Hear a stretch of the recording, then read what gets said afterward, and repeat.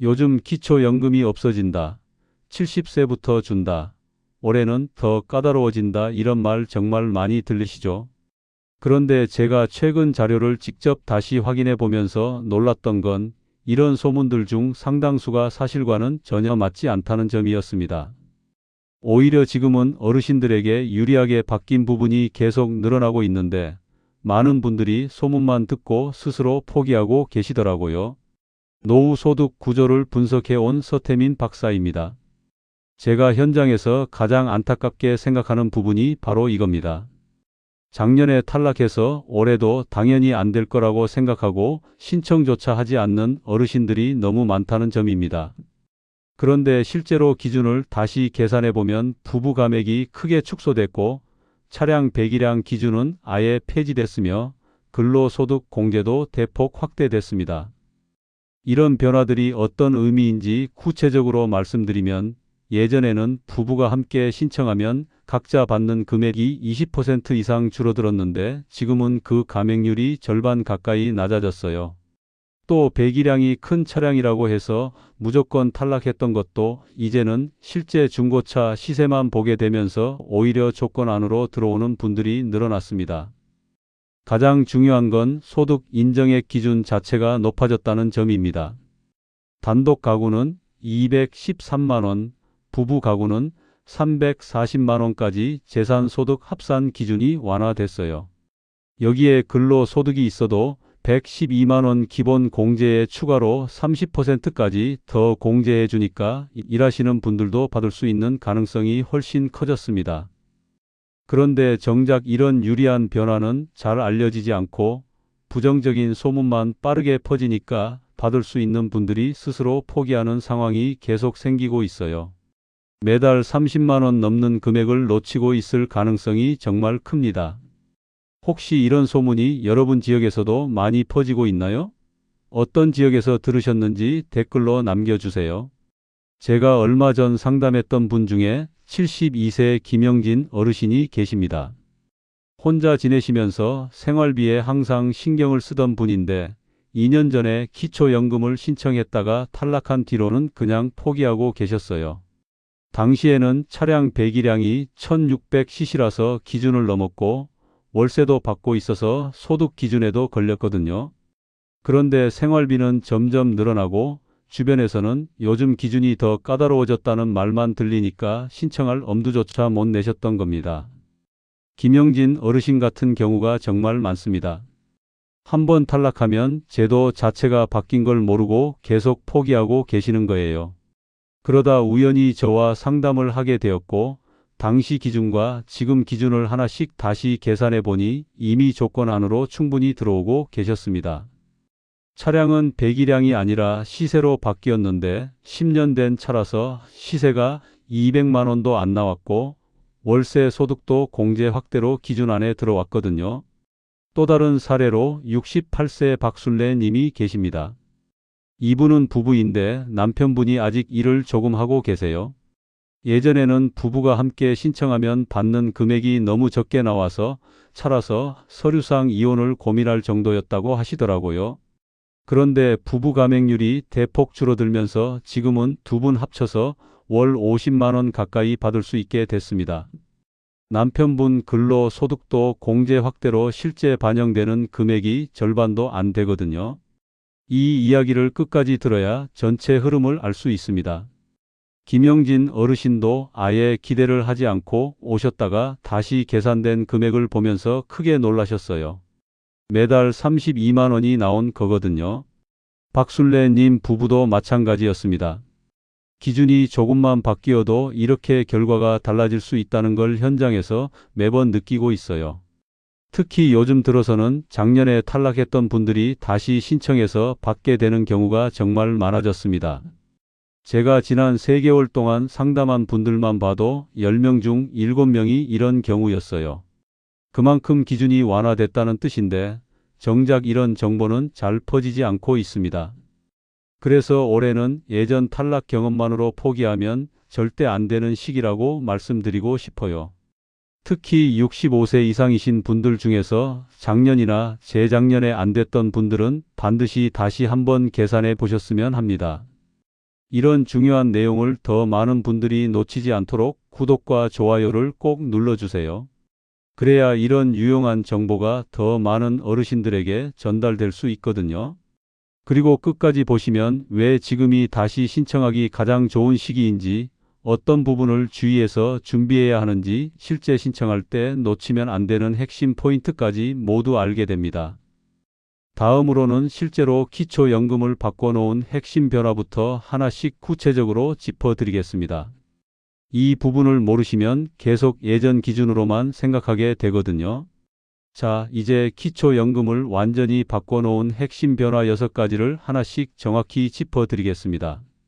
첫 번째 변화는 부부 감액 축소입니다. 부부가 함께 신청하면 기존에는 각자 금액이 20%씩 크게 줄어들었어요. 그런데 지금은 감액률이 10% 수준으로 절반 가까이 낮아졌습니다. 한국보건사회연구원의 노후소득 분석 자료를 보면 부부 가구의 실제 생활비 지출이 독거 가구보다 1.6배 높다는 점이 반영된 결과라고 나와 있어요. 실제 사례로 69세 최명수님 부부를 말씀드리면 예전에는 감액 때문에 두 분이 받는 금액이 합쳐도 40만 원이 안 됐어요. 그래서 서류상 이혼까지 고민하셨을 정도였거든요. 그런데 지금 기준으로 다시 계산하면 두 분 합쳐서 52만 원 정도 받을 수 있게 됐습니다. 올해 다시 계산해 보시면 감액률이 낮아진 것을 바로 확인할 수 있어요. 다만 지역마다 상담 기준이 조금씩 다를 수 있어서 반드시 주민센터에서 확인받으시길 권합니다. 혹시 여러분도 부부 감액 때문에 포기하신 적 있으신가요? 두 번째는 차량 배기량 기준이 완전히 폐지된 점입니다. 이제는 배기량이 아니라 현재 중고차 시세만 반영됩니다. 한국교통연구원의 자동차 정책 분석 자료에서도 배기량 기준이 현실과 맞지 않는다는 지적이 꾸준히 제기되었거든요. 72세 김은철 어르신 같은 경우 2000cc 승용차를 가지고 계셨는데 예전에는 배기량 때문에 무조건 탈락이었어요. 그런데 15년 된 차량이라서 보험개발원에서 조회한 시세가 150만 원도 안 나왔거든요. 그래서 올해는 조건 안으로 들어오게 됐습니다. 보험개발원 홈페이지에서 차량 시세를 조회해서 기준 이하인지 확인해 보세요. 다만 시세는 분기마다 바뀌니까 주의하셔야 해요. 여러분 차량 시세는 최근에 확인해 보셨나요? 세 번째는 소득 인정액이 대폭 완화된 점입니다. 단독 가구는 213만 원, 부부 가구는 340만 원까지 기준이 높아졌어요. 국민연금공단의 노후정책연구보고서에서 기준 완화로 탈락자가 30% 이상 줄었다는 결과가 나왔거든요. 70세 이정숙 어르신은 월 소득이 작년에는 기준을 5만 원 정도 초과했어요. 그런데 올해 기준으로는 여유 있게 조건에 들어오셨습니다. 올해 기준으로 다시 계산해 보시는 게 정말 중요해요. 작년 기준으로만 생각하시면 절대 안 됩니다. 여러분도 소득 때문에 작년에 탈락하신 적 있나요? 네 번째는 근로소득 공제가 확대된 점입니다. 일하면서도 기준 안으로 들어오기 훨씬 쉬워졌어요. 한국노인인력개발원의 고령 친화 일자리 연구에서 근로소득 공제가 노후소득 안정에 결정적 역할을 한다고 분석했거든요. 68세 강승호 어르신은 월 180만 원 정도 버시는데 112만 원 기본 공제하고 나머지 68만 원의 30%인 20만 원을 추가로 공제해서 실제 반영되는 소득은 48만 원밖에 안 되거든요. 그래서 조건 안에 충분히 들어오셨어요. 근로소득이 있으시다면 반드시 이 공제 계산을 해보세요. 직접 계산하기 어려우시면 주민센터 상담이 가장 정확합니다. 일하시면서도 연금 받을 수 있을지 궁금하신가요? 다섯 번째는 자녀 지출 공제가 확대된 점입니다. 자녀가 대신 내주는 병원비나 관리비는 소득으로 보지 않게 됐어요. 통계청의 가구 간 부양 구조 변화 분석에서 이런 정책 개선이 반영된 결과라고 나와 있습니다. 74세 박선주 어르신은 자녀가 매달 병원비 15만 원을 대신 내주고 계시거든요. 예전에는 이것도 소득으로 잡혔는데 지금은 지출 대납이라서 소득에서 제외됩니다. 그래서 조건 안으로 들어오셨어요. 현금 용돈보다는 지출 대납 방식을 활용해 보세요. 현금은 여전히 무조건 소득으로 잡히거든요. 여러분은 자녀와 이런 부분을 상의해 보신 적 있으신가요? 여섯 번째는 숨은 재산 확인 구조가 강화된 점입니다. 잊고 있던 통장이나 적금도 모두 조회되기 때문에 미리 정확히 확인하셔야 해요. 금융위원회의 금융자료 통합 조회 정책에서 모든 금융 정보가 자동으로 연동된다고 명시되어 있거든요. 75세 윤병수 어르신은 20년 전에 만든 적금 1건을 깜빡하고 계셨는데 그게 만기가 되면서 500만 원이 통장에 들어왔더라고요. 그것 때문에 재산 기준을 넘어서 탈락하신 케이스예요. 금융정보 제공 동의서를 내면 모든 게 다 나오니까 미리 확인하셔야 해요. 이제는 감출 수 있는 구조가 아닙니다. 여러분도 잊고 있던 통장이 혹시 있으신가요? 이제 이런 변화들을 어떻게 실제로 활용할 수 있는지 구체적인 전략을 알려드리겠습니다. 이제 기초연금 재신청 성공률을 높이는 실제 생활 전략을 구체적으로 정리해 드리겠습니다. 첫 번째는 작년 탈락자 재계산 전략입니다. 기준이 완화된 건 탈락자에게 가장 큰 기회거든요. 작년 서류를 그대로 다시 제출하시면 안 되고 새로운 기준표로 다시 계산해서 제출하셔야 해요.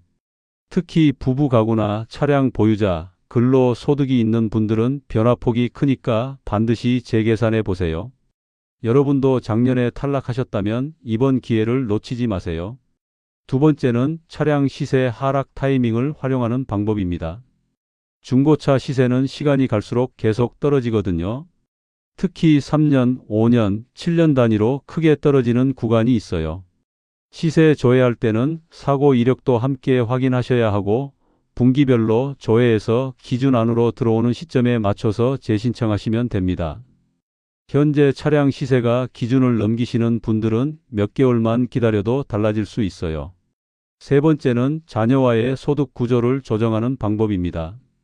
가족 간 지출 방식만 조금 바꿔도 조건이 완전히 달라질 수 있거든요. 현금으로 용돈을 주고받는 건 무조건 소득으로 잡히는데 전기요금이나 관리비, 병원비를 대신 내주는 방식으로 바꾸면 소득에서 제외돼요. 자녀분들과 이런 방법을 한번 상의해 보세요. 실질적인 도움은 똑같이 받으면서도 기준에는 걸리지 않게 할 수 있거든요. 네 번째는 근로소득이 있는 경우의 계산 팁입니다. 공제 후에 실제 반영되는 소득은 여러분이 생각하시는 것보다 훨씬 적게 계산되거든요. 112만 원을 기본으로 공제하고 나머지 금액의 30%를 추가로 공제해 줍니다. 근로 형태에 따라서 반영 방식이 조금씩 다르긴 하지만 대부분은 이 공식이 적용돼요. 일하시면서 계산이 복잡해서 고민되시는 분들은 주민센터에서 미리 계산해 달라고 하세요. 다섯 번째는 신청 시점을 놓치지 않는 방법입니다. 생일 한 달 전부터 신청할 수 있는데 생일이 지나면 그 달은 소급 적용이 어려워요. 예를 들어서 3월 15일이 생일이시면 2월 15일부터 신청할 수 있고 3월 안에 신청해야 3월부터 받을 수 있거든요. 미리 주민센터 일정을 확인하시고 여유 있게 신청하세요. 생일 기준 신청 시점을 정확히 알고 계셨나요? 여섯 번째는 재산 정리 타이밍입니다. 큰 목돈이 들어올 예정이 있으시면 신청 시기를 조절하시는 게 좋아요. 퇴직금이나 적금 만기 같은 경우에는 미리 계산해서 기준을 넘지 않는 시점에 신청하세요. 한번 탈락하면 다시 신청할 때까지 시간이 걸리거든요. 일곱 번째는 건강보험료 연동 관리입니다. 건강보험료가 높으면 소득이 높다고 판정되는 경우가 있어요. 특히 의료비가 많이 나가는 분들은 이 부분을 주의하셔야 해요. 불필요한 검진이나 치료는 조금 미루시는 것도 방법이고 꼭 필요한 치료는 자녀분이 대신 내주시는 방식으로 조정해 보세요. 이제 오늘 모든 내용을 정리하면서 마무리로 가보겠습니다. 오늘 내용을 차근차근 정리해 보겠습니다. 많은 어르신들이 기초연금이 줄어든다거나 없어질 거라는 소문 때문에 불안해 하시지만 실제로는 정반대 상황이 벌어지고 있어요. 없어지는 건 기초연금이 아니라 예전에 불합리했던 기준들입니다. 부부 감액이 20%에서 10%로 줄어들었고 차량 배기량 기준은 아예 사라졌으며 소득 인정액은 단독 213만 원, 부부 340만 원으로 대폭 높아졌습니다. 특히 근로소득 공제가 확대되면서 일하시는 분들도 받을 수 있게 됐고 자녀가 대신 내주는 생활비는 소득에서 제외되도록 바뀌었어요. 이런 변화들이 모두 어르신들에게 유리한 방향으로 진행되고 있는데 정작 이런 정보는 제대로 전달되지 않고 있습니다. 잘못 관리하면 어떻게 될까요? 받을 수 있는 돈을 스스로 포기하게 됩니다. 작년에 탈락했다고 해서 올해도 안 될 거라고 생각하고 신청조차 하지 않으면 매달 30만 원 넘는 금액을 계속 놓치게 되는 거예요. 반대로 제대로 관리하면 기준 완화를 활용해서 새롭게 조건 안으로 들어올 수 있고 부부라면 합쳐서 50만 원 이상도 받을 수 있게 됩니다. 오늘 당장 실천하실 수 있는 3가지를 말씀드릴게요. 첫째, 작년이나 재작년에 탈락하셨던 분이라면 올해 기준으로 반드시 다시 계산해 보세요. 둘째, 차량을 보유하고 계시다면 현재 중고차 시세를 보험개발원에서 조회해 보세요. 셋째, 자녀와 현금 용돈 대신 생활비, 대납 방식으로 바꿀 수 있는지 상의해 보세요. 가장 중요한 건 지금이 기초연금 기준이 계속 완화되고 있는 시기라는 점입니다. 소문에만 의존하지 마시고 정확한 정보를 바탕으로 다시 도전해 보세요. 다음 영상에서는 60세 이상 어르신들에게 새롭게 열리는 숨은 복지 혜택들을 총정리해 드릴 예정입니다. 기초연금 외에도 주거급여, 에너지 바우처, 노인 일자리 지원금까지 모르시면 연간 수백만 원을 놓칠 수 있는 내용들이거든요. 꼭 이어서 확인해 주세요. 여러분이 살고 계신 지역에서는 어떤 소문이 가장 많이 돌고 있는지 댓글로 알려주세요. 제가 하나씩 확인해서 사실 여부를 정확히 안내해 드리겠습니다. 또 오늘 내용 중에서 가장 도움이 된 부분이 어떤 건지도 댓글로 남겨주시면 감사하겠습니다.